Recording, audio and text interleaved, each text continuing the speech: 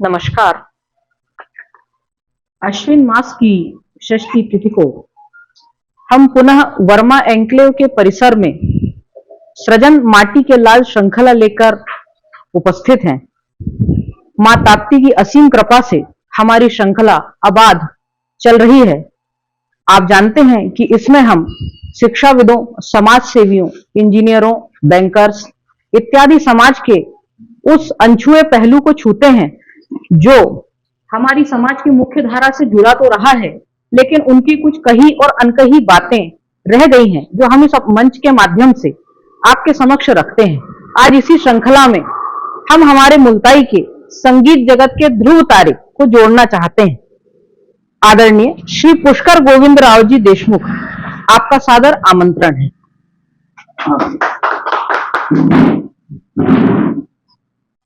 नमस्कार। बैठिए। आप किसी परिचय के मोहताज नहीं हैं। श्री पुष्कर गोविंद राव जी देशमुख मुल्ताई के एक प्रतिष्ठित घराने से हैं। तबला आपको विरासत में मिला और सरोद आपने अर्जित किया। इस प्रकार आपका संगीत स्वयमेव एक जुगलबंदी बन गया। आपका जन्म 10 जुलाई 1975 को बैतूल में हुआ। इंदिरा कला संगीत महाविद्यालय खैरागढ़ से आपने संगीत में एमए किया और संगीत में ही आपने नेट राष्ट्रीय पात्रता परीक्षा पास की, जो कि बहुत ही दुर्लभ संयोग है। आप संगीत कोविद और तबले में संगीतविद की उपाधि रखते हैं। तबला आपको मिला श्री गोविंदराव जी देशमुख से और सरोद की शिक्षा आपने प्राप्त की कलकत्ता निवासी श्री जयदीप घोष जी से। 3 बार राष्ट्रीय युवा पुरस्कार में अंतर विद्यालयीन प्रतियोगिता में प्रथम पुरस्कार के साथ महाकाल सम्मान, रामेश्वर पाठक सम्मान, सितार शिरोमणि सम्मान, लहरी सम्मान, मोरमदेव सम्मान इत्यादि आपको प्राप्त हुए सम्मानों की फहरिस्त इतनी लंबी है कि उसे यहां प्रस्तुत कर पाना बहुत ही कठिन है। भारत विदेश संस्कृति संबंध के अंतर्गत आपने 10 देशों की यात्राएं की और भारत सरकार के संगीत प्रतिनिधि के रूप में आपने वहां पर अपना जलवा दिखाया। तानसेन समारोह, चक्रधर समारोह, खजुराहो महोत्सव, ताज समारोह जैसे समस्त प्रतिष्ठित संगीत समारोहों में आपने अपनी कला का प्रदर्शन किया है। मानव संसाधन विकास मंत्रालय द्वारा आपको 2 वर्ष की फेलोशिप मिली, जिसमें बैतूल जिले के पवार समाज के गीतों का अध्ययन, संरक्षण और ध्वनि अंकन पर आपने कार्य किया है। संगीत निर्देशक के रूप में 300 से अधिक एल्बम का आपने संपादन किया। मराठी सीरियलों, फिल्मों के अतिरिक्त छत्तीसगढ़ी सीरियल और वेब सीरीज में भी आपने संगीत का संपादन किया है। मराठी फिल्म आई अनुसुईया के लिए आपने बेस्ट म्यूजिक डायरेक्टर का अवार्ड प्राप्त किया। इस प्रकार आपका परिचय और आपकी उपलब्धियां इतनी हैं कि मेरे पास उसे प्रस्तुत करने के लिए शब्द कम है। हम सृजन की श्रृंखला में अब आपको सुनना चाहेंगे। इसी क्रम में मैं स्वागत करने के लिए आमंत्रित करते हूं हमारे आदरणीय एम के वर्मा सर का कि आप आए और शॉल के द्वारा आदरणीय पुष्कर देशमुख जी का अभिनंदन करें। साथ ही इस कार्यक्रम को मंच देने वाले मेरे अग्रज आदरणीय गोपाल वर्मा जी और अयूब भाई से भी निवेदन है कि वे आए और पुष्कर भाई का स्वागत करें।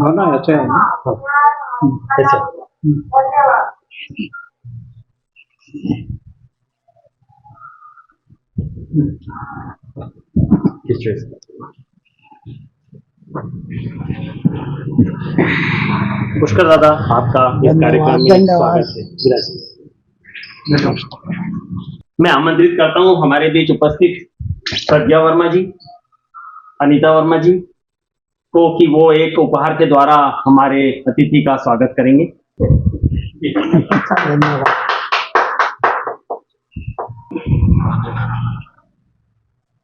स्वागत सम्मान की श्रृंखला को आगे बढ़ाते हुए हमारा प्रश्नोत्तरी कार्यक्रम प्रारंभ करने के लिए मैं अपने अग्रज आदरणीय गोपाल वर्मा जी को अत्यंत धन्यवाद के साथ यहां आमंत्रित करती हूँ। हमारे नगर के एक प्रतिष्ठित युवा संगीतकार पुष्कर देशमुख जी का आज के कार्यक्रम में स्वागत है।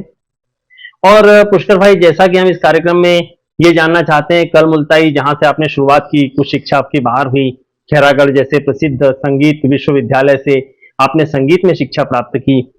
आप मुलताई को किस रूप में देखते हैं? हम यहां से शुरू करेंगे। पहले, आज और नए युवाओं के लिए आपके क्या संदेश रहेंगे? देखिए, लगभग मैं बचपन से मुलताई आता जाता रहा। जी। जब आता था तो बीच में कुछ वर्ष ऐसा हुआ कि मैं कुछ अपनी पढ़ाई वगैरह कारण नहीं आ पाया था। लेकिन 92 में मेरे पिताजी जब वहां से सेवानिवृत्त हुए खैरागढ़ संगीत विश्वविद्यालय से, उसके बाद में मेरा निरंतर पहले आना जाना रहा। 92 की मुलताई आपकी भी देखी हुई है, मेरी भी बिल्कुल देखी हुई है, बिल्कुल। है ना? उस समय काफी छोटी जगह थी, लेकिन एक बेहद शांति प्रिय, शांति थी। है ना? दूसरी चीज, धार्मिक नगरी और माता ताप्ती की जन्म स्थली है, उद्गम स्थली है। इस दृष्टि से मुलताई अपने आप में भौगोलिक बोलिए, पौराणिक बोलिए, दोनों दृष्टियों से देश में बहुत महत्व का स्थान रखता है। दूसरी चीज ये देखिए कि हमारे देश के लगभग बीचों बीच हमारी ताप्ती माई है, जो चारों ओर देश को आलोकित कर रही है, प्रकाशित कर रही क्या बात है। है ना? तो मुलताई को मैं इस दृष्टि से देखता हूँ, लोग मुलताई के बहुत अच्छे हैं। इतनी अच्छी जगह, मतलब यहाँ पे अब क्योंकि मेरा संगीत का काम है, बाहर से लोग आते तो हमेशा आके बोलते हैं यार कि इतना सुंदर मौसम और इतनी अच्छी जगह और इतने अच्छे लोग, ये जो तीनों बातें हैं अन्यत्र तो नहीं दिखती। क्या बात है। इसलिए अपने मुलताई आप के बारे में मुलताई बहुत बड़ी विशेष बात है। है। दादा, अब हम आपसे जानना चाहेंगे, हमारे यहाँ मुलताई को पवित्र नगरी का दर्जा मिला और उसी के साथ एक छोटा सा कार्यक्रम हमारी झोली में आया, ताप्ती महोत्सव। ताप्ती महोत्सव होता तो है, लेकिन क्या आप क्या मानते हैं, जैसा ये गरिमापूर्ण होना चाहिए वैसा होता है, या चूंकि आप संगीत से जुड़े हैं और इसमें संगीत की विधाएं ज्यादा होती हैं, कुछ और लोक परंपराओं का भी उसमें जुड़ाव रहता है, तो आप कैसा उसको देखते हैं और उसमें क्या सुधार किया जा सकता है? देखिए, मैं आपको इस बारे में, ये है मेरा मानना, ताप्ती महोत्सव जैसे आपने सबसे पहले बोला लोक परंपरा, है ना? ये बहुत महत्वपूर्ण विषय है। इसमें आपका ये जो शब्द है, मैं इसी से शुरुआत कर। बिल्कुल बिल्कुल। हमारे यहाँ जो हमारी संस्कृति रही है ना, जहाँ से हमारा संगीत शुरू है, वहां पे एक्चुअली संगीत नाम का नाट्य शास्त्र में अगर देखा जाए तो कोई शब्द नहीं है। अच्छा। हाँ, वहां पे दो शब्द थे, एक का गांधार और दूसरा गान। अच्छा। गांधर्व यानी आज का क्लासिकल म्यूजिक, जो मतलब उस समय शास्त्रीय नियमों पर आधारित होता था। एक्चुअली नाट्य के अंग के रूप में नाट्य शास्त्र में संगीत की चर्चा की गई, तो वो जो था। और दूसरा था गान। गान यानी लोक परंपरा। लोक परंपरा अपने आप में बहुत समृद्ध होना चाहिए किसी भी जगह की, क्योंकि मेरा मानना यह है जहां की लोक परंपरा समृद्ध, वो जगह समृद्ध। क्या बात है। क्योंकि जब लोक परंपरा, लोकगीत या फिर लोक संगीत के कार्यक्रम होते हैं ना, तो लोगों का आपस में जुड़ाव होता है। बिल्कुल बिल्कुल। जहां जुड़ाव होगा वहां विचारों का आदान प्रदान होगा, और आदान प्रदान होने से नई चीजों का आविर्भाव होगा। इसलिए अब आप आ जाते हैं हम लोग ताप्ती महोत्सव के ऊपर में। देखिए, सबसे इंपॉर्टेंट ये है कि ताप्ती महोत्सव, सबसे पहले हमने ये जानना चाहिए कि हमारी जब मतलब ताप्ती माई के नाम से और उनकी गरिमा, चाहे संगीत के क्षेत्र में हो, चाहे साहित्य के क्षेत्र में हो, या किसी भी क्षेत्र में हो, हमने बना के रखना चाहिए। दूसरी चीज, अब ये आते हैं हम लोग कि इस टाइप के आयोजन क्यों किए जाते हैं, कोई भी महोत्सव या संगीत का कार्यक्रम क्यों किया जाता है। इसका मूल उद्देश्य होता है कि नई पीढ़ी को हमारे यहाँ की सांगीतिक सांस्कृतिक परंपराओं से परिचित करवाना, ना कि उसके द्वारा हमने अपना मनोरंजन करना। क्या बात, क्या बात है, क्या बात है। आमतौर पर यह हो रहा है कि हम लोग मनोरंजन की तरफ ज्यादा बढ़ रहे हैं। मतलब ये कहना नहीं चाहिए, बहुत बड़ा महोत्सव है ताप्ती महोत्सव, लेकिन जो आम सोच है उसमें मैं ये देखता हूं कि या तो आप मनोरंजन सोचते हैं उसके बारे में, या तो दूसरा चीज सेलिब्रिटीज के साथ हम कैसे फोटो खिंचवा लें, क्या बात, और फेसबुक पे डाल दें। ये दो मुद्दे उद्देश्य, जबकि होना ये चाहिए कि हम उससे अपनी सांस्कृतिक या सांगीतिक प्रतिभा को कैसे उभार सकते हैं। क्या बात है, क्या बात है। अब होता यह है, अभी आमतौर पे ये देखा जा रहा है, पहले संगीत बैठ के सुनते थे, हाँ, अब संगीत बैठ के नहीं सुन रहे, नाच के सुन रहे। क्या बात है। पुराने समय में बोलते थे भजन से मन डोलना चाहिए, अब तन डोल रहा है। बिल्कुल। तो मैं यही कहूंगा कि ताप्ती महोत्सव में ऐसे कार्यक्रम हो जिससे, जैसे कोई तबला वादन हो, कथक नृत्य हो, एक दिन थोड़े समय के लिए दीजिए, मतलब ज्यादा समय के लिए मत दीजिए। ठीक है भाई, मैं आप लोगों का किसी का ये नहीं कहा था कि गरिमा भी बने रहे, लेकिन नए लोगों को उसको सुनने का अवसर मिले तो वो लोग कुछ अच्छा कर पाए उसको देख के, क्योंकि वही चीज, तीन चीजें जिससे कोई भी आदमी सीखता है, देखा, सीखा और परखा। क्या बात है, क्या बात है। तो मैं यही चाहता हूँ हमेशा कि कहते कुछ ऐसा हो उसमें, और केवल ताप्ती महोत्सव भी नहीं, सामान्य तौर पर हम लोग भी नगर में ऐसा कुछ आयोजन करें, हम लोग भी करें। हाँ, ये बात तो विचारणीय है, नए बच्चे कुछ सीख पाए। बिल्कुल। दादा, 2003 से संगीत निर्देशक के रूप में आप स्वयं का स्टूडियो संचालित कर रहे हैं। शायद आप लोगों को जान करके बड़ा अच्छा भी लगेगा, और ये चीज छिपी रह जाती है कि बॉम्बे जैसी जगह से हमारे यहाँ पर काम आता है, जिसे बहुत अच्छे तरीके से पुष्कर दादा निभा रहे हैं, जिसमें मराठी सीरियल दुरावा, बेटी लागी जीवा, संजीवनी, कुछ फिल्में मराठी जैसे आई अनुसुईया में इनको बेस्ट म्यूजिक डायरेक्टर का अवार्ड मिला है, ते 2 दिवस, लाल चूड़ा, भला मानुस, और छत्तीसगढ़ी कुछ जो इन्होंने वेब सीरीज की है जिसमें एक अनार 100 बीमार, इसमें संगीत निर्देशन का कार्य हमारे पुष्कर दादा ने किया है। राष्ट्रीय स्तर पे सम्मानित होने वाले पुष्कर दादा का मैं मुल्ताई वासियों की ओर से भी हार्दिक सम्मान करता हूं। दादा, संगीत के क्षेत्र में हमारे युवाओं के लिए क्या संभावनाएं आपको नजर आती है, और यहाँ शासन की आप क्या देखते हैं, क्या व्यवस्थाएं हैं जो इनको विकास के लिए प्रेरित कर रही हैं? देखिए, सबसे पहले मुल्ताई में युवा जी, जो संगीत क्षेत्र से जुड़े हैं उनके बारे में आप जानना बिल्कुल चाहेंगे। बिल्कुल। पहले इस पे चलते हैं अपन। बहुत इंपॉर्टेंट ये है कि संगीत को लेके हम करना क्या चाहते हैं, उद्देश्य क्या है। हमेशा आप उद्देश्य बड़ा रखेंगे ना, क्योंकि कोई भी इंसान, हर व्यक्ति, मेरे छोड़ के कोई भी छोड़े, हम जब 100% सोचते हैं ना, तो उसके 20 पहुंच पाते, 30 पहुंच पाते, जो 50 पहुंच पाता है एक सामान्य रहता है, और 60 पहुंचने वाला फर्स्ट डिवीजन होता है। क्या बात है ना? वहां से सभी मानते हैं, शिक्षा में भी ऐसे ही माना जाता है। लेकिन अब टारगेट हम छोटे रखेंगे तो कभी अच्छा हो नहीं सकता। अब क्या होता है, देखिए, जनरली थोड़ा रोजगार का भी समस्या, अभी मैंने ये चीज देखी है, अब मैंने भी प्रेरित किया है कि संगीत को रोजगार के रूप में भी लिया है हमारे, है ना? ठीक है, अच्छी बात है, लेकिन जब आदमी को रोजगार प्राप्त हो जाता है ना, उसके बाद में उसने कोशिश करना चाहिए कि अपनी जो कला साधना है उसको बढ़ाते रहे। लेकिन लोग वहां पे जाकर रुक जाते हैं, खत्म हो जाते हैं। यदि क्या कहते हैं उसमें अपने कला साधना मेहनत को बढ़ाए तो और आगे जा सकते हैं। पहली चीज ये है। दूसरा आपने क्या पूछा था? दूसरा, जो नए बच्चे हैं उनमें आप क्या देखते हैं, क्या संभावनाएं आपको नजर आती है इस म्यूजिक को लेकर के? देखिए, संभावनाओं में नए बच्चों के लिए मैं एक चीज कहूंगा, उसमें बच्चों का कोई दोष नहीं जी, वो है पेरेंट्स का दोष जी। तो दोष नहीं कहूंगा, आज की चाल है, वो समय की बात है। पहली चीज ये है कि कोई ये नहीं समझना चाहता कि कोई व्यक्ति अगर डॉक्टर बन रहा है, इंजीनियर बन रहा है, या फिर क्या कहते हैं चार्टर्ड अकाउंटेंट बन रहा है, तो उसके पीछे उसका बचपन से कितने सालों का बेस है।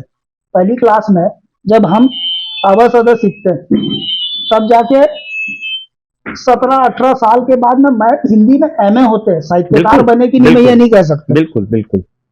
लेकिन लोग संगीत सोचते 2 महीना में आना चाहिए। भैया 2 महीने की छुट्टी है, इसको आप कुछ सिखा सकते हैं क्या? बिल्कुल बिल्कुल। ये जब सोच विचार, या तो आप सोचिए कि जो कर रहा है उसको करने दीजिए, और यदि संगीत कर रहे हैं तो पैरेलल चलने दीजिए लगातार। आप लगातार नहीं चलने देंगे तो कुछ हासिल होना नहीं। थोड़े दिन में आप, कोई घर में तबला खरीदेगा बाद में धूल खाएगा, या कोई भी इंस्ट्रूमेंट खरीदेगा बाद में धूल खाएगा। तो अगर समय दे सकते तो करवाइए, नहीं दे सकते तो मैं कहता हूँ कि नहीं करना चाहिए। ठीक है दादा, एक सवाल और आता है। कल जो पुराना, जैसे आपने शास्त्रीय संगीत की बात की, अभी वेस्टर्न संगीत का दौर चल रहा है, सारे युवा बहुत तेज साउंड, लाउड साउंड के साथ जीना, अपने आप को मेंटेन रखना पसंद कर रहे हैं। तो कल, आज और आने वाले कल में म्यूजिक की थ्योरी कैसे बदल रही है? देखिए, ये जो जिसको हम लोग लाउड साउंड आप बोल रहे हैं ना, जी डीजे, जी, ये भी अपने आप में एक आर्ट है, आर्ट है ना? हाँ। लेकिन उसको आर्ट नहीं मान के हम लोग केवल जोर जोर से सड़क पे डीजे बजा के डांस कर रहे हैं, ये एक अलग विषय है। दूसरा चीज वेस्टर्न म्यूजिक पे अपन है। वेस्टर्न म्यूजिक जो है वो भी अपने आप में एक शास्त्रीय है। शास्त्रीय है। हाँ, उसका भी अपना शास्त्रीय पहलू है। जी जी। क्योंकि जो जैज म्यूजिक है ना, उसका जी। अपना शास्त्रीय पहलू, जैसे हमारे हिंदुस्तानी में क्लासिकल का ठीक वहां पे भी पॉप है, हमारे यहाँ भी क्या कहते हैं ये है, फिल्म संगीत है ये है। लेकिन जहां पे फिल्म संगीत जिसको अपन बात करते हैं ना, वो अपने आप में आसान विषय नहीं है, वो भी अपने आप में बहुत कठिन विषय है, और उसको बहुत मेहनत के साथ और लगन के साथ सब लोगों ने साधा है। इसीलिए आज देखिए हमारे यहाँ जो रफी साहब हुए हैं, लता जी हुई हैं, किशोर साहब हुए हैं, ये लोग इतने बड़े बड़े ये होके लोगों के आइकॉन आज भी हैं। उसमें उनकी साधना रही है या उनको खाली लक फैक्टर काम कर रहा था, आप क्या मानते हैं? देखिए, एक तो होता है कि ईश्वरीय अनुकंपा, प्रतिभा प्रतिभा, है ना, उसके बाद में होता है उसका परिमार्जन। बिल्कुल। हाँ, किशोर साहब के बारे में जरूर बोलते कि उन्होंने सीखा नहीं था, लेकिन अद्भुत है, अद्भुत है, अद्भुत है, निश्चित तौर पे। रफी साहब ने बहुत तालीम ली है। लेकिन देखिए क्या होता है, एक्सेप्शन की तरफ नहीं जा रहा। अब वो क्या, मैंने अभी देख रहा था तो कई लोग मेरे पास आके बता रहे छोटे छोटे बच्चे तो सारे गमा में होता है, हमारा बच्चा क्यों नहीं कर रहा। बिल्कुल बिल्कुल, मैं भी अभी यही सवाल था कि आप इतने आगे तक बढ़े हैं। देखिए मैं आपको एक बात बताता हूँ, अभी थोड़े दिन के पहले मैंने केबीसी में किसी छोटे बच्चे को देखा था, जो कोई भी प्रश्न पूछते थे तो उसका उत्तर दे देता था, उसको इतना जनरल नॉलेज था। मेरा कहना वो एक्सेप्शन था, हर बच्चा वैसा होता है क्या? नहीं। तो बस यही बात इधर होती। मैं हमारे बीच उपस्थित श्रीमान M.K. वर्मा सर जी को यहाँ आमंत्रित करता हूँ। वे अपने कुछ सवाल हमारे आदरणीय अतिथि पुष्कर जी देशमुख से करेंगे। पुष्कर दादा, सर पुष्कर बोलिए ना आप। इतनी योग्यता होने के बाद आप मक्ताई से संगीत की धरोहर नए बच्चों में कैसे हस्तांतरित कर रहे हैं? सर इसका प्रश्न का वही जवाब है, मैं कोशिश कर रहा हूँ निश्चित रूप से, लेकिन फिर भी ऐसा कुछ एक विद्यार्थी जो बाहर से मेरे पास से आते थे, जैसे कुछ कोई पांडुरना से आते थे, कुछ तिगांव से आते, वो लोग अच्छा कर रहे हैं। मुल्ताई के भी एक हमारे यहाँ पे प्रसन्न जोशी है, मेरे घर के पास ही रहते हैं, वो बहुत अच्छा कार्य कर रहे हैं नागपुर में रह के। अच्छा संगीत उन्होंने सीखा, उन्होंने बेसिक मेरे पास सीखा, उसके बाद उनको नागपुर भिजवाया, फिर वहां उन्होंने अच्छी तालीम ली। लेकिन अभी वही समस्या है, सब मतलब ऐसा लगता है कि कितना जल्दी हो जाए, सही है, और थोड़ा तो समय देना पड़ेगा, और वो समय दें तो निश्चित रूप से मैं भी कुछ कर पाऊँ। नहीं, मैं भी सन 1975 से यहाँ हूँ। सर मेरे जन्म का साल है। और पहले आपके पास बहुत सारे बच्चे आते थे आपकी तालीम में, जी है ना। अभी विगत कुछ दिनों से यानी दिक्कत वही आ गई होगी जो नहीं सर, अभी भी आ रहे हैं विद्यार्थी, मैंने थोड़ा सा अपना घर में पीछे कर लिया है मेरा क्लास। आते हैं बच्चे, लेकिन बहुत ज्यादा संख्या में नहीं है, अभी मेरे पास 7-8 बच्चे हैं और कर रहे हैं, कुछ कुछ का अच्छी लगन है। बस इतनी है कि कंटिन्यू करेंगे तो कुछ दिन में जरूर सुनवाएंगे। हम तो हमारे नाती आती इनसे भी कहते हैं जी, वो जो आपका जवाब है ना कि पेरेंट्स तो चाहते हैं, लेकिन ये बच्चों का ये जो एजुकेशन का सिस्टम हो गया ना कि अपने कोचिंग और ये वो समय नहीं बच्चों को, वो बच्चे वही कहते हैं कि नाना जी अब हम जाएं कैसे, कब जाएं। बिल्कुल, यानी ये एक बड़ी समस्या विडम्बना है। क्या होता है सर, एक तो होमवर्क बच्चों को बहुत ज्यादा होता है, वो स्कूल से आता है, उसके बाद में कोचिंग होती है, कोचिंग के बाद होमवर्क करता है, उसके दूसरे दिन से फिर क्या होता है, हमारे भी अपने काम है, तो हमारा भी निश्चित समय है क्लास का कि उसी समय हम ले पाए, वो भी कई बार मैच नहीं हो पाता। लेकिन कोशिश है अभी मेरी, कुछ बच्चे आ रहे हैं और धीरे धीरे उनको अच्छे से अच्छा अपन सिखा सके और वो शहर का नाम करें। बिल्कुल सर, हमारे साथ तो आप भी जानते होंगे एस.एन. पांडे सर जी, तो वो हारमोनियम के अच्छे बजाते थे, तो हम लोग भी इच्छुक हुए कि चलो सीखें, तो वो सर के पास जाए और उन्होंने सिखाना शुरू किया सारे गानों पर। तो हम उनसे कहते थे कि सर कोई ऐसी विधा बता के एकदम गाना बजाना, तो बोले कि नहीं ये नहीं होता, सीखना यहीं से पड़ेगा। और वो स्टेज सीखने वाली अब ठीक है, जो सीख पाता है सीख जाता है, नहीं तो फिर वहाँ के वहीं स्थिति होती है। ये सवाल वो सर क्या होता है, जैसे 2 प्रोसेस है सामान्य तौर पे अपन देखते हैं, कोई एक व्यक्ति बोलता है कि 10 दिन में मेरे पास अंग्रेजी सीखी, अब वो 10 दिन में अंग्रेजी कैसे सिखाता है, तो 10-20 वाक्य रटवा देता है, इसका ये मतलब वो बतला देता है। बिल्कुल बिल्कुल। और उसके बाद में होता क्या है, वो अंग्रेजी तो बोल नहीं पाता, 10-20 ही बोल पाता है। तो ऐसे भी मेरे पास भी यदि कोई आए और कोई कहे कि मुझको महीना भर में कर, तो मैं भी 2-4 गाने किसी तरीके से उसे सिखाई दूंगा, लेकिन इससे होना जाना परमानेंट। पुष्कर भाई, माटी के लाल में आपका स्वागत है। और देशमुख परिवार को आपने गौरवान्वित किया मुल्ताई के, और आपके पापा के टाइम से मैं आपसे परिचित हूँ। मेरा पहला क्वेश्चन ये है कि ऐसा माना जाता है कि ईश्वर से जुड़ाव का संगीत सबसे सहज साधन है, इसमें आपके क्या विचार है? ये माना जाता नहीं, ये स्वयं सिद्ध है। अच्छा, क्या बात है ना? क्योंकि मैं एक चीज कहता हूँ, हमारे यहाँ कई आप पुराने गाने भी सुनिए, इसमें लिखा हुआ है कि सूर की साधना ईश्वर की। ईश्वर ने स्वयं कहा है, अच्छा, न हम वसाम्य वैकुंठे न योगिना हृदय मद भक्ता गायत्री तत्र तिष्ठामि नारद। तो मैं न बस वैकुंठ में रहता हूँ, लेकिन वहां पे एक चीज और देखना पड़ता है, मतलब मेरा जो इस मामले में मत है, मद भक्ता गायत्री तत्र तिष्ठामि नारद है, ठीक है, लेकिन वहां पे मद भक्ता कैसा, जो सुर में गाए, हाँ, जो अच्छा हो, डिसिप्लिन हो, वो कुछ भी चिल्लाने से नहीं होगा। उसके बाद में देखिए ईश्वर से जुड़ाव कैसे हो सकता है। हाँ, सुर जो है ना एक पॉइंट है, प्रैक्टिस कर करके उस पॉइंट तक पहुंचने की हम लोग कोशिश करते हैं, यानी स्टेप बाय स्टेप। बाय जैसे सा एक पॉइंट है, रे एक पॉइंट है, ग एक पॉइंट है, मा एक पॉइंट है ना। तो जब वो सा करेक्ट लगने लगता है, जब रे करेक्ट लगने लगता है, कह नहीं सकते करेक्ट लगे, लेकिन जब उसके नजदीक पहुंचते हैं तो ये समझ लीजिए कि उसकी एक सिद्धि प्राप्त होती है। जैसे तबला का कोई भी संगीत में आप तबला भी लीजिए, तो ता बजाते हैं, ये अपने आप मैं आपके हाथ में दे दूंगा तो अचानक आप नहीं बजाएंगे, लेकिन बजाते बजाते बजाते बजाते वो एक पॉइंट मिलता है जहां से वो ध्वनि उत्पन्न होती है। फिर नाद,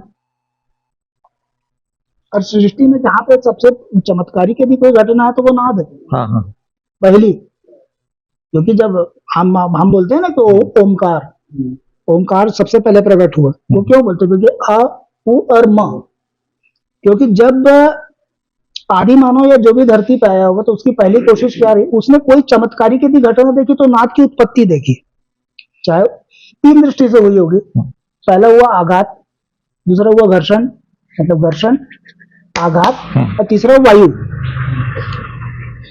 अब यहां से हम लोग बोलते हैं ना कि ओमकार प्रकट हुआ, कैसे हुआ? तो अ और उ और म, जब उसने बोलने की कोशिश की तो पहला मुंह से वर्ड क्या निकला? अ। उसके बाद दूसरी कोशिश की तो निकला उ, और तीसरा जब मुंह बंद करके बोला उसने तो म। यहाँ से ओमकार से हम बोलते हैं शुरुआत है।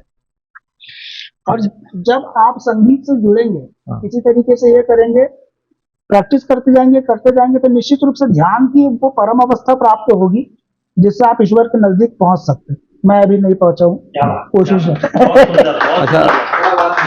अच्छा, मेरा एक सवाल आपसे और था।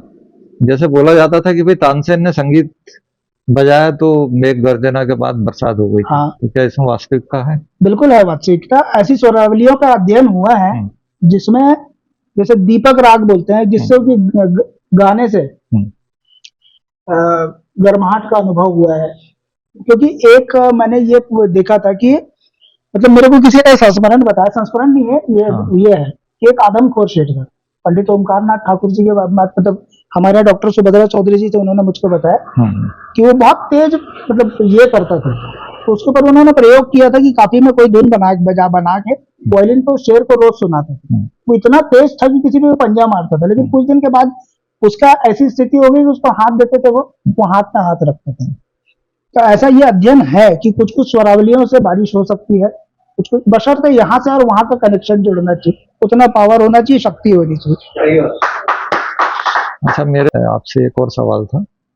जैसे योग, आध्यात्म और इस्लाम में जैसे नमाज का वैज्ञानिक आधार है, वैसे संगीत का जो भी मतलब आम आदमी के ऊपर असर होता है, उसका आप थोड़ा पेपर के आर्टिकल वगैरह में लिखते रहोगे तो थोड़ा आम आदमी को लगेगा कि भाई मुझे ये फायदा है जी। यदि मैं संगीत से जुड़ूंगा तो मुझे शारीरिक रूप से भी कोई फायदा होगा। ऐसा कुछ हो सकता है? बिल्कुल हो सकता है। अच्छा, शारीरिक रूप से सबसे पहली चीज तो क्या है, देखिए वो 2-3-4 चीजें, एक तो तन स्वस्थ रखना, और दूसरा है मन स्वस्थ रखना। अगर मन स्वस्थ रखना चाहते हैं आप तो फिर आपको संगीत का सहारा लेना चाहिए। मन स्वस्थ रहेगा तो शरीर भी स्वस्थ रहेगा। हाँ, तो तन के लिए एक्सरसाइज करना पड़ेगा, हाँ, हाँ। और मन स्वस्थ होने के लिए आप अध्यात्म कीजिए, ध्यान कीजिए और संगीत कीजिए। तो ये तीनों मिला के अगर करेंगे तो त्रिवेणी जो धारा है ये अपने आप में आपको मन को स्वस्थ रखेगी। हमारे बीच में जिन्हें हम श्रद्धेय भी कहें, आदरणीय भी कहें, ये शब्द आपके लिए गौरव हो जाते हैं कि हमारे जिले नहीं वरन हमारे तहसील और जिले से बढ़कर आपका गौरव है और हमारे लिए बहुत सम्मान की बात है। आपकी ख्याति मैंने भोपाल तक भी सुनी, और चूंकि हमारा घराना और हमारे लिए गर्व के विषय के देशमुख परिवार, आपके पापा की जो ख्याति थी वो नामालूम कहाँ कहाँ पर है कि जितनी जो वर्जनाएं थी उन्होंने तोड़ा। और आपका पुराना मकान था, लोग कहते हैं कि जब वो ऊपर का कवेलू नीचे गिरता था तो सुर में गिरता था। क्या बात है, क्या बात है। हाँ। तो आज की पीढ़ी को आप, नई पीढ़ी को आप क्या संदेश देना चाहेंगे? क्योंकि आज जो कराओके जो चल रहा है जी वो शॉर्टकट है, जबकि साधना सतत साधना का विषय है। और चूंकि आप घराने से जुड़े हैं, आपके पापा स्वयं आपके गुरु रहे, और आपके बड़े भैया का नाम बड़े श्रद्धा से लूंगा, विवेक देशमुख, जो आप देश का नाम रोशन कर रहे हैं इस क्षेत्र में तबलीग विषय में। और आप खैरागढ़ में आप वहां मुकाम भी है उनका, और आज आपने कई प्रतिभाओं को जन्म दिया है और आज भी दे रहे हैं। वो बात अलग है कि संगीत के क्षेत्र चूंकि शॉर्टकट नहीं होता है, कोई गोली नहीं कि खिला दी जाए और वो तुरंत उसका असर हो जाए, ये निरंतर साधना का विषय है। और कराओके के विषय में जो है कि जो शॉर्टकट जो हो गया है उसके विषय में आप अपना वक्तव्य करें। देखिए कराओके गलत नहीं है। क्या होता है, देखिए लोगों को ये दो चीज, एक्चुअली कराओके बना किस लिए था, सबसे पहले तो ये जानना चाहिए। ये बना कलाकारों के प्रैक्टिस के लिए, है ना। जो सिंगर लोग गाते हैं उनको हमेशा ऑर्केस्ट्रा अवेलेबल नहीं हो पाता, तो उनको प्रैक्टिस करे। लेकिन होता है कई बार कि उसका दुरुपयोग शुरू हो जाते हैं। जो कराओके में आज घर में लोग गाते हैं, प्रैक्टिस करते हैं, वो ठीक है, कोई बिल्कुल गलत नहीं है, करना चाहिए। अपने, मैंने थोड़ी देर पहले बोला कि अपने मनोरंजन के लिए, अपने मानसिक स्वास्थ्य को ठीक रखने के लिए यदि आप उसका उपयोग करते हैं तो अच्छा। लेकिन आप क्या हो रहा है कि जिनको गाना नहीं आता वो लोग मंच पे चढ़ रहा है, वो व्यासपीठ है, क्या बात है ना जी। थोड़ा सा अपने आप को समझे। और ये जो है ना, अभी इसका पैमाना बदल गया एक्चुअली। सोशल मीडिया जब से आया ना तो तारीफ का पैमाना बदल गया। अब होगा लाइक्स व्यूज, है ना। और ये तो लाइक्स और व्यूज कई मामला ऐसा है, मैं जो स्पष्ट कहता हूँ, ये संबंधों के आधार पर और व्यवहार के आधार पर चलते हैं। अब किसी ने कराओके में गा के फेसबुक में डाला, समझ लीजिए मेरा कोई दोस्त है, मैं म्यूजिशियन हूँ ना, मेरे को नहीं भी अच्छा लगा तो मैं उसको एक लाइक मार ही दूंगा। और फिर ठीक है, चलो उसका उत्साहवर्धन होना चाहिए, तो बहुत अच्छे है। तो वो क्या हो, तो उसका मतलब दूसरा निकल जाता है कि मैं तो बहुत अच्छा गा रहा हूँ। तो उस चीज को जानिए, किसी गुरु के पास जाइए, उससे सीखिए और फिर कोशिश कीजिए, तब जाके इस चीज का सदुपयोग करना है, दुरुपयोग नहीं। जी। अब जैसे कि अन्य विषयों में भी लोग ट्यूशन जिसको बोलते हैं, सर संगीत ट्यूशन का विषय नहीं है। और ये जो चीज है अभी घरानों में चल रही है, और आपका जो घराना है देशमुख घराना, वो मैंने बताया कि ख्याति लब्ध एक स्थान रखता है, और कहा है कि संगीत में जो शक्ति विद्यमान है वो और कहीं नहीं मिलेगी, उसको पत्थर को तोड़ने की भी शक्ति उसके अंदर विद्यमान है। अभी एक प्रश्न आया था कि संगीत से समाज में नवचेतना कैसे लाई जा सकती है, और क्या इससे युवाओं में नशे की प्रवृत्ति को रोका जा सकता है, क्योंकि संगीत ही सबसे बड़ा नशा है आज के वक्त में। ये जो नवचेतना का जो विषय है ना, इसका ऑलरेडी प्रयोग हो चुका है। संगीत नहीं बोलूंगा, मैं किसी और दृष्टि से। आप देखिए, ये जो गणेश उत्सव होता है ना, ये लोकमान्य तिलक जी ने जब शुरू किया था तो किस लिए किया था? वहां चेतना से संचार किया था, किस समाज के जोड़ने का, समाज को जोड़ने का। उसी से हमारी आजादी की वहां से शुरुआत हुई। वो लोकमान्य तो स्वयं सिद्ध है। मेरे को अलग से और क्या किया जा सकता है, सुझाव मैं कुछ दे सकता हूँ अपने दृष्टि से। मैंने आपको बताया ना कि जब लोग एक साथ जुड़ेंगे तब विचार का आदान प्रदान होगा, तो नया कुछ न कुछ सृजित होगा, और वो संगीत के द्वारा आराम से संभव है जी। क्योंकि जब हम एक जगह जुड़ेंगे, किसी को सुनेंगे, क्योंकि संगीत से एक बहुत अच्छा चीज है। अगर संगीत सुनने की यदि बात हो ना, संगीत हमको सिखाता क्या है? सबसे बड़ी चीज देखिए, हमको सबसे पहले वो सिखाता है डिसिप्लिन। अब आप बोलेंगे संगीत कैसे डिसिप्लिन सिखाते हैं, तो ये राग में ये स्वर लगना चाहिए या नहीं लगना चाहिए, 3 ताल 16 मात्रा का ही होगा या ना 16 का ही होगा, 17 का नहीं होगा, रूपक 7 मात्रा का, ये डिसिप्लिन है। डिसिप्लिन। अगर हम डिसिप्लिन में आ गए तो बहुत कुछ हो सकता है। जी, मैं अपनी बात यहाँ और प्रश्न यहाँ ही समाप्त करना चाहूंगा कि संगीत शक्ति ईश्वर की हर सुर में बसे है राम, तो स्वर और ईश्वर से आपने तारतम्य जोड़ा है। धन्यवाद आपका। एक बहुत अच्छी परिचर्चा हमारे बीच यहाँ पर आकार ले रही है। इसी क्रम में मैं आपसे जानना चाहूंगी कि आज का जो युवा वर्ग है वो वैचारिक रूप से भटका हुआ है। एक शब्द ढाई अक्षर का है स्ट्रेस, लेकिन आज उससे व्यक्ति सर्वाधिक ग्रसित है। मैंने 70 के दशक का संगीत सुना, 80 के दशक का सुना और वर्तमान का भी मैं सुनती हूँ, तो मैं उसमें एक परिवर्तन तो ये महसूस कर रही हूँ कि शब्दों से ज्यादा आजकल ध्वनि का महत्व हो गया है। तो इस संबंध में आपके क्या विचार है? देखिए, आप पहले आपने बोला ना कि युवा आज वैचारिक दृष्टि से भटक गए भटका हुआ है। नहीं, भटका हुआ मैं नहीं बोल रहा हूँ, एक्चुअली एक्स्ट्रा टैलेंट है, बहुत जी। शार्प है। मतलब जी। नया जनरेशन जो है ना बहुत शार्प है। हम जो काम को 5 साल में करते तो 2 में करने की ताकत रखते हैं, क्योंकि बिल्कुल बहुत शार्प है। जी लेकिन मुख्य विषय है उनको दिशा दिखाने की, जी क्योंकि आज भटकाव के रास्ते भी उतने ही है। जी सबसे इम्पोर्टेंट ये है, क्या हो रहा है कि पहले हम लोग के चलने के लिए एक रास्ता होता था, मतलब पहले होता ना टांगा में घोड़ा होता तो उसको ऐसा लगता था, उसको सड़क नहीं दिखती थी। लेकिन अब वैसा नहीं है, यहाँ से भी गली है, वहां से भी गली है, वहां से भी गली है, वो उसमें भटक रहा है, ना कि क्या कहते हैं वैचारिक दृष्टि से। और दूसरी बात आपने क्या बोले थे, स्ट्रेस मैनेजमेंट। हाँ, स्ट्रेस मैनेजमेंट, ये बहुत क्या हो रहा है बचपन से। अब इतनी ज्यादा आकांक्षाएं बच्चों की, पेरेंट्स की बच्चों से है। अभी थोड़ी देर पहले सर से बात हो रही थी कि सुबह उठा, उसने अपना काम किया, स्कूल गया, जी जी स्कूल के बाद आया, जी। ट्यूशन गया, ट्यूशन के जी। बाद तो वो उसको हम लोग शुरुआत से बिल्कुल मशीन बना दें। मशीन बना देते हैं। जी जी इसलिए वो हम स्ट्रेस खुद बो रहे हैं। जी। तो इसमें संगीत का कितना योगदान है अब इस मैनेजमेंट को करने मैंने थोड़ी में? देर पहले एक अच्छे संगीत का कितना योगदान समझते हैं आप? कम से कम एटलीस्ट सोते समय भी आधा घंटा अच्छा संगीत सुने, क्लासिकल म्यूजिक सुने, तो स्ट्रेस मैनेजमेंट बहुत कुछ होता है। बहुत अच्छा सुझाव कि सोते समय कम से कम आधा घंटा आप अच्छा संगीत सुने, सुनते तो दिन भर का जो तनाव है हाँ। उससे तो आप मुक्त हो सकते हैं। बिल्कुल। धन्यवाद। आज बहुत ही अच्छा अवसर हम लोगों के बीच उपस्थित हुआ कि हमारे बीच शहर के युवा और विश्व नहीं पर देश में जरूर, विश्व में भी, क्योंकि ये तो जा चुके हैं 8 से 10 देशों तक, इसलिए विश्व ख्याति से परिपूर्ण हमारे पुष्कर दादा देशमुख यहाँ तक पधारे और बहुत सारे विषयों पे इन्होंने अपने विचार रखे। एक लास्ट जो सवाल आता है वो आता है मुल्ताई के विकास का, और ये आपके संगीत से हट करके, क्योंकि हमको विकास मुल्ताई का करना है, अलग अलग क्षेत्रों के लोगों को हम इसलिए बुलाते हैं कि हम मिलकर के इस काम का बीड़ा उठाएंगे।